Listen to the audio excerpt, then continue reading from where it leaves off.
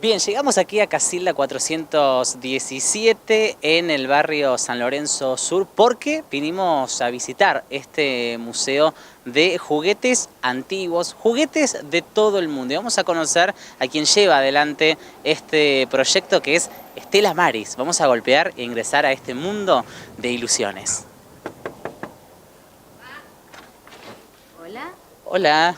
¿qué buscan? Juguetes. Ay, ¿habrá juguetes acá? Yo creo que me parece que sí tenemos ¿Sí? juguetes. Pasen. Pasamos, damos. Bueno, y ya estamos acá, adentro, en el museo, para recorrer un poquito cuáles son los juegos, los juguetes. Estela Maris, gracias primero por recibirnos. No, al contrario. Bienvenidos y gracias por interesarse para difundir este museo. Bueno, a ver, primero algunas curiosidades, ¿no? Porque sos, o fuiste en algún momento profesora de educación física, Sí. ya jubilada y ahora de lleno poniéndole todas las ganas al museo. Claro, sí, sí, fui profesora de educación física, por eso mi acercamiento al juego tan profundo. Claro. Y el tema fue que, por mi origen en realidad, soy hija de una familia que cuando mis hermanos me llevan muchos años, y cuando yo era chica, que tenía 4 o 5 años, en mi casa había gente de distintas identidades étnicas, ¿no? Entonces conocía, eso me interesó hacia, tal vez un poco más hacia, qué sé yo, hacia la antropología, hacia estudiando educación física, me interesé con el tema del juego de los distintos pueblos, ¿no? Nací en una zona que se denominaba en ese momento territorio Ranquel, conservo buena relación con gran parte de los jóvenes, ¿no? La gente mayor, cuando yo tenía 5 o 6 años, fue falleciendo, pero sigue habiendo de ellos en la zona. Y ya llegada a Neuquén, se profundizó cuando empecé a dar clase, a interesarme que en Neuquén, como en todos lados, es un sumum de distintas identidades étnicas, ¿verdad? Entonces, bueno, empezando por los pueblos que en ese momento consideraba que estaban como dormidos sus juegos, que eran todos los pueblos originarios de América. Después, como acá lo pueden ver, en el año 2004 comencé con un planteo que me hizo el doctor Hugo Carrasco Muñoz cuando estudiaba una maestría, que es la América Negra. Entonces, bueno, empezamos con don Adriano Rocha en el tema de los Juegos Africanos, sobre todo en la zona de Buenos Aires, donde está más viva, o estaba más viva, ahora se fue expandiendo por otros lados, y publicamos un libro. Entonces, bueno, después eso fue creciendo, ahora estamos con lo euroasiático también, y en el 2014 fundó el museo, y se acerca una vecina que es Blanca Villarreal, que es cuentacuento y es escritora, entonces hacemos un conjunto de cuentos del mundo y juegos del mundo con Blanca, las personas que visitan, y también el grupo lo conforman Marisa Payaqueo y Fabián de la Loye, que son quienes hacen juguetes, ¿no? Son los que se ocupan más de las réplicas de los juguetes del trabajo de investigación que hacemos entre los 4. Bueno, un gran combo entonces, un gran combo artístico. Pero hablando un poco de los juguetes y los juegos a propósito, ¿cuál fue el primero que llegó al museo? Wow, bueno, pienso que los primeros que llegaron fueron los míos de mi infancia, ¿no? Que los tenía en ese momento.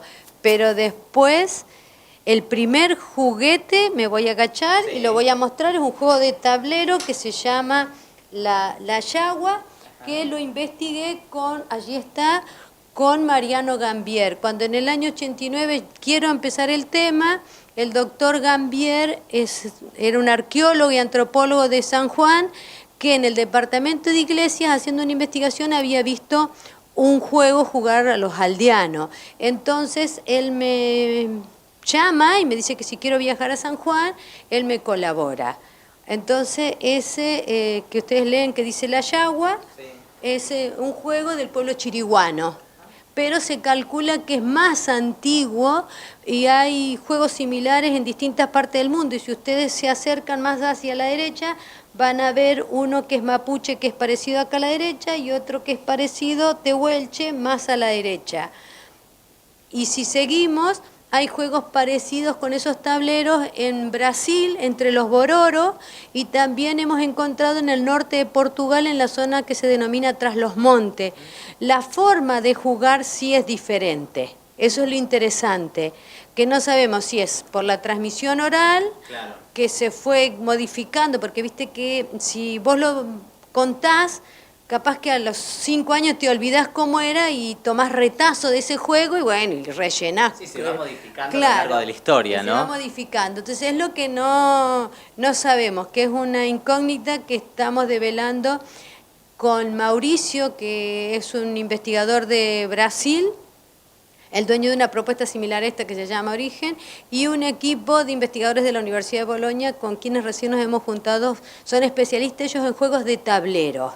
Es muy curioso todo lo que contás, ¿no? Pero particularmente quiero preguntarte el hecho de las generaciones que visitan el museo. Bueno, acá tenemos todas las generaciones. Tenemos niños de 5 años, tenemos de primaria, tenemos secundario, tenemos los institutos de formación docente que han venido, hemos tenido docentes que han venido especialmente y hasta hemos tenido gente de la tercera edad que Blanca y yo ya formamos parte. No, porque digo, te pregunto esto porque... Blanca puede contar cómo los adultos se emocionan, porque sucede que los niños enseguida toman todos los juguetes. Claro. Nosotros mostramos los juguetes y decimos, bueno, todos estos, y empezamos a sacar, se pueden usar. Los niños, sí. Pero el adulto empieza y da vuelta y se acuerda. Entonces, basta que uno le diga, pero probá, probalo. Entonces, cuando una persona se anima, ahí se cambia el clima y el resto empiezan las emociones. Y lo mismo con los cuentos. Cuesta... Y después cuando Blanca avanza se empiezan a contar cuentos de cuando eran chicos que les contaban todas sus abuelas y se hace un lindo clima, pero en realidad vienen todas las generaciones. Interesante, vamos a sumar a Blanca también para que nos cuente un poquito sobre la experiencia que tiene ella dentro del museo. Bueno, Blanca cuenta cuentos, entonces me imagino que así como los juguetes y los juegos en sí, también el cuento ha ido cambiando la versión a lo largo de la historia. Imagino que este juego de generaciones también un poco pone el reflejo en eso. Sí, como decimos, el cuento es como algo que apasiona, algo misterioso. Vos decís, ¿querés que te cuente un cuento? Y ahí ya el ambiente cambia, porque lo decís siempre como con un misterio, con una dulzura. ¿Querés que te cuente un cuento? ¿Viste? Y ahí todo, ¿viste? Se ponen alerta. Te digo, tanto chicos como grandes, como personas mayores, que teníamos una experiencia acá, que llegaron un día personas mayores. Y bueno, empezamos a contarle el cuento y una de ellas dice, ¡ay, qué bueno! Hace tanto tiempo que nadie me contaba un cuento. Y bueno, empezaron a acordarse de cuentos de ellos, empezaron a acordarse también de los juegos, y se acordaron de la farolera, el pisapizuela, una paloma blanca sentada en un verde limón, muchísimo, y empezaron a cantarlo, ¿viste? Y empezaron a acordarse, chochos de la vida, dice, acordarse de todo eso, de los juegos y de los cuentos que le contaban su abuela o que le contaban su madre. Dice, y ahora hacía tanto que no me contaba un cuento, emocionaron, mujer. Y sí. Y así lo pasamos, lindo, lindo, muy lindo. Estela, ¿son conscientes de esto que se genera en quienes visitan el museo? Porque recién Blanca decía esto de, vengo, escucho un cuento y me remite en algún punto a eso que me contaba mi abuelo, mi abuela. O sea, es como volver a lo más profundo y a ese encuentro familiar que hoy hasta en algún punto se perdió. Sí, yo personalmente creo que una cosa que el ser humano tiene es emoción. Siempre han centrado en que tenemos razón. Sí, es cierto, razonamos, pero lo más importante del ser humano es la emoción sobre todo positiva. Entonces, llevar al recuerdo de algo que al ser humano lo emociona positivamente, le da alegría. Acá han venido personas que eran jugadores de pelota paleta ya de 80 años, pero no pensaron nunca que se iban a encontrar acá arriba las paletas con las que yo jugué siendo mujer en una época que las mujeres no jugábamos pelota paleta, 12 años. Pero bueno, entonces el hombre, uno de ellos, se emocionó tanto que me pidió permiso si podía ir a buscar los nietos para contarles para que vieran que él había sido pelotar y todo eso. Entonces, eso es lo importante, porque ahí une una generación. Unió a ese abuelo con unos nietos que eran pequeños, y eso es importante. Después, una vez estábamos en un evento que se hizo en el espacio Duan, que nos invitó el COPADE, y una señora se acercó, estaba el Comicán, la señora era de Las Lajas, y los chicos empezó a jugarlo. ¿Te acordás, Fabián? Lo empezó a jugar con los nietos y le dijo, mañana te lo hago. Y después al ratito llega una señora de Jujuy, que sería la Yagua, Chiriguano hacia arriba, y empezó a hablar de su padre y su abuelo que lo jugaban. Entonces, eso hizo que cuando avanzó el evento nos tuvieron que dar más espacio, porque al final la gente quería venir a jugar con los chicos. Entonces, ¿por qué? Porque había mucha gente que se encontraba con la infancia, y eso es importante. Y pensá que se encuentran con la infancia de distintas identidades étnicas, y qué importante que de pronto algún día no solo juguemos ciertos juegos de tablero, sino se puedan jugar otros juegos de tablero. De ahí fue que nosotros empezamos a hacer este pequeño microemprendimiento para poner en venta juguetes que de otra manera no se conocen. Por ejemplo, acá abajo ustedes tienen un tablero que está hecho imitando la tierra, pero es un tablero de los pueblos, o sea que es de Arizona. El juego se llama Las Piedras. Esos puntos rojos que ven son 40 piedras que se entierran en el suelo. Y en el centro se pone una piedra y se usan unos dados, que los tenemos en exhibición arriba, que cuando yo le digo a ustedes y a la audiencia la palabra dado, es probable que a la audiencia le viene lo que nosotros conocemos como el dado español, que en realidad es el dado romano o el dado árabe. Pero bueno, arriba van a ver una colección de dados que no son lo que nosotros tenemos en nuestro cerebro como dado, esa figura de todos los lados igual. Entonces, eso te abre a conocer otro mundo, ¿no? Y bueno, es la emoción, es despertar la emoción en las personas. Y básicamente esto, retomo la pregunta, considero que el ser humano es emoción, y es importante que la emoción fluya, que se manifieste. Bueno, vamos a subir. Vamos a conocer la otra parte del museo. Acá, en esta planta baja, hay mucha historia, como para detenerse a leer, a conocer y demás. Pero ahora vamos a subir y vamos a seguir conociendo este museo. Para subir tenés que jugar, si no, no jugás. Es una manera de invitarte a divertirte, ¿no? Así es. ¿Y acá qué tenemos, a ver, en este sector? Y acá lo que tienen es la muestra temporal. La muestra temporal que comenzó ahora en enero se llama ¿qué juguetes había cuando nació Jesús? O tal vez cuando llegaron los Reyes Magos a Belén. Entonces un poco es pasear a la infancia por juegos que hoy ya no hay, o por juegos que nosotros conocemos hoy, pero no sabemos desde dónde viene. Por ejemplo, acá abajo a la izquierda, si ustedes miran, tienen un juego de ¿qué? Era de bolos. Claro, pero si ustedes... El famoso bowling de hoy. Entonces, si ustedes miran a la izquierda, es un juego romano que difiere, pero de la época de los romanos se hacía en piedra. Y a los niños se hacía en piedra, y ahí adelante se ponía un arquito en piedra. Se hacía un arquito y la bola tenía que pasar por un arquito.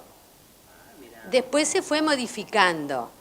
Pero es como mostrar, mirá lo que había, y estamos hablando de antes de Cristo. Yo me quiero detener acá, Estela Maris, porque me llama mucho la atención y quiero que lo cuentes también. ¿Cómo es el proceso de investigación? Porque es lo más rico también, ¿no? A la hora de poder hoy estar mostrando estos juguetes. Bueno, el proceso de investigación comenzó, como dije, en el año 89, pero bueno, eso va creciendo. O sea, ¿De qué fuentes te vales, por ejemplo, para llegar a esto? En terreno, durante toda mi vida, porque sigo haciéndolo, yo ahorro dinero y por lo general entro en contacto, antes entraba en contacto yo, después se fue sumando gente que me invita, entonces a veces se da que yo me pago el pasaje y me alojan, doy cursos o hacemos intercambio, investigamos en conjunto, pago mi comida, todo eso, entonces después hacemos las publicaciones, tenemos varios libros publicados. O por ejemplo, nosotros acá tenemos en la casa también una habitación más, donde sabemos alojar investigadores que vienen a trabajar con nosotros. Por lo general, este último trabajo es todo lo que hice este año. Estuvimos trabajando con João Amado en Portugal, que es un doctor de investigación sobre juegos de Portugal desde la prehistoria ahora, y también con un equipo de varios investigadores en la Universidad de Bolonia. Después estuvimos también trabajando en Sevilla y en Güero con el director del Museo del Juego de allí, que es el fundador, que también investiga. Entonces hacemos intercambio de investigaciones. A ellos lo que les impacta fue el trabajo de investigación que yo hice sobre los pueblos indígenas de América. Yo empecé trabajando aquí, como dije hoy, con el doctor Gambier, después se interesó mucho el doctor Casamiquela aquí, después crucé a Chile porque se interesaron en Chile, el pueblo mapuche de Chile se interesó y me ayudó, y ahí empecé a hacer una licenciatura y especializarme más en interculturalidad, en educación intercultural y en investigación, a mejorar mi calidad como investigadora más cercana de la antropología que del alto rendimiento, lo que es propio de la educación física. Y bueno, y ahí se empezaron a interesar países y todo va fluyendo por intercambio. En este momento, por ejemplo, estamos terminando un trabajo de investigación de una cueva de acá de Aichol, de una pieza que empezamos en el año 2001 con el doctor Fernández, él lamentablemente ya falleció. Yo terminé el estudiando lúdico y lo vamos a dar a conocer dentro de unos meses, y se enteró el Museo de Historia Natural de Chile, empezamos a intercambiar con ellos, ahora se interesaron en Bolivia y así va. Entonces, lo que ayuda a la tecnología a veces es eso. En este caso, este trabajo lo pudimos hacer con estos investigadores. Si ustedes ven ahí arriba, son mugidores. Esto estamos hablando de la edad de bronce. Estos son todas réplicas que las hace Fabián. O sea, hacemos un tratamiento de muchos años del hueso, el hueso en realidad hay que dejar que haga su propio proceso. Mugidores le llaman porque hacen un sonido particular, ¿sí? Claro. Mugen. Y estos son más de la zona de la Patagonia. También hacemos revisión bibliográfica, por ejemplo, hay trabajos hechos por Gusinde, que relevó con los zonas, que allí hay una muñeca que hicimos réplica de eso.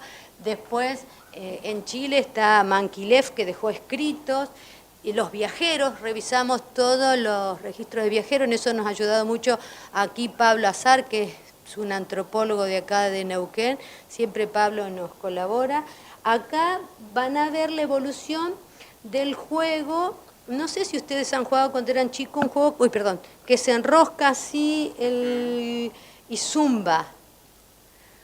Entonces ahí ven los más antiguos, sí. Y esto es lo nuevo, esto lo trajimos de Honduras. Esto en Honduras los chicos lo hacen hoy. Estamos con toda una etapa también de muchos investigadores que tratan de que se recicle. Si ustedes miran, es una tapa de gaseosa aplastada. Claro. En lugar de...